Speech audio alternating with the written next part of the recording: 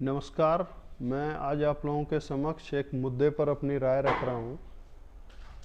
अभी जो 5 राज्यों में चुनाव हुए हैं उसमें सभी पार्टी ने, जो लोग थे, मतदाता थे, उनसे एक से एक वादे किए गए उनके साथ, और उन वादों में रेवड़ियाँ ज़्यादा बांटी गई। उनसे कहा गया, किसी पार्टी ने कहा कि हम चुनाव जीत के आएंगे तो 500 रुपये में आपको गैस सिलेंडर देंगे, किसी ने कहा 450 रुपये में गैस सिलेंडर देंगे। लेकिन किसी भी पार्टी के प्रवक्ता ने ये नहीं कहा कि ये जो हम आपको सब्सिडी देंगे या इतनी सस्ती चीज़ें देंगे या मुफ्त में जो चीज़ें देंगे उसका बजट में प्रावधान कहाँ से होगा। इस पर अभी तक किसी भी पार्टी ने कोई राय नहीं रखी है। और जब उनसे पूछा गया कि इसके लिए फंड्स कहाँ से आएंगे तो उनका एक ही जवाब था कि हमारे पास पैसा सरप्लस है, उसमें से हम अरेंजमेंट कर देंगे और ये हमारा कैलकुलेशन पहले से मजबूत है। जबकि ऐसा संभव नहीं है। कुछ पार्टियां तो पहले अपोज करती थी कि जो पुरानी सरकार है वो मुफ्त में रेवड़ी बांट रही है, लेकिन जब चुनाव का मौका आया तो उनके भी उम्मीदवार ने वही काम किया। तो ऐसा कहाँ तक हो सकता है कि कोई एक पार्टी बोले तो वो रेवड़ी हो गई और दूसरी पार्टी बोलती है कि ये तो देश के विकास के लिए ज़रूरी है।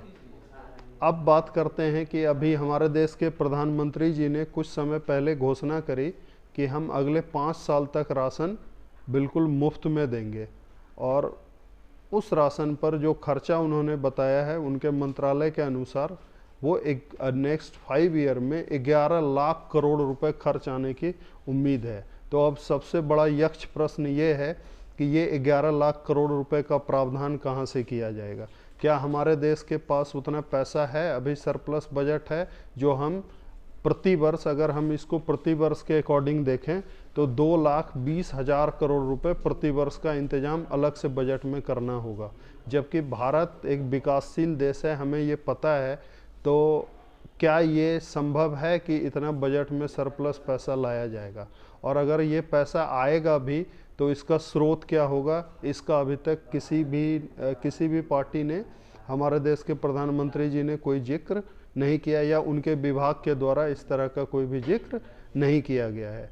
तो ऐसे में टैक्स पेयर्स की ये चिंता है कि हो सकता है कि हम जो टैक्स पे कर रहे हैं तो वो हमारा ही पैसा लेके ये 11 लाख करोड़ रुपए बांटा जाएगा, और नहीं तो हो सकता है कि ये वर्ल्ड बैंक से या ACB से या अदर और सोर्स से ये पैसे जमा किए जाएंगे। या एक उपाय और भी है कि हो सकता है जो अभी टैक्स लिए जा रहे हैं उस पे कुछ % टैक्स की मौजूदा टैक्स दरों में बढ़ोतरी की जाए। तो ये एक सोचने की विषय है, और आज मैं इसी बात पे आपको छोड़े जा रहा हूँ। अब जो हमारी जनता है उसको तय करना है, लोगों को तय करना है कि ये रेवड़ी का जो दौर चल रहा है क्या ये हमारे देश के लिए हित होगा। क्योंकि इसका ताज़ा तरीन उदाहरण अभी अर्जेंटीना है, और वहाँ पे अभी जब चुनाव लड़ा गया तो जो वहाँ के उम्मीदवार थे उन्होंने स्पष्ट कहा कि मैं आपको कुछ भी फ्री नहीं दूंगा, और इसी बेस पे उनकी पार्टी ने पूरे देश में चुनाव लड़ी और वो सारे लोग जीत गए और उनकी सरकार बन गई है वहाँ पर। तो क्या ये हमारे जो नेता हैं, राजनेता हैं, उनको ये सोचने के लिए मजबूर करेगा? धन्यवाद।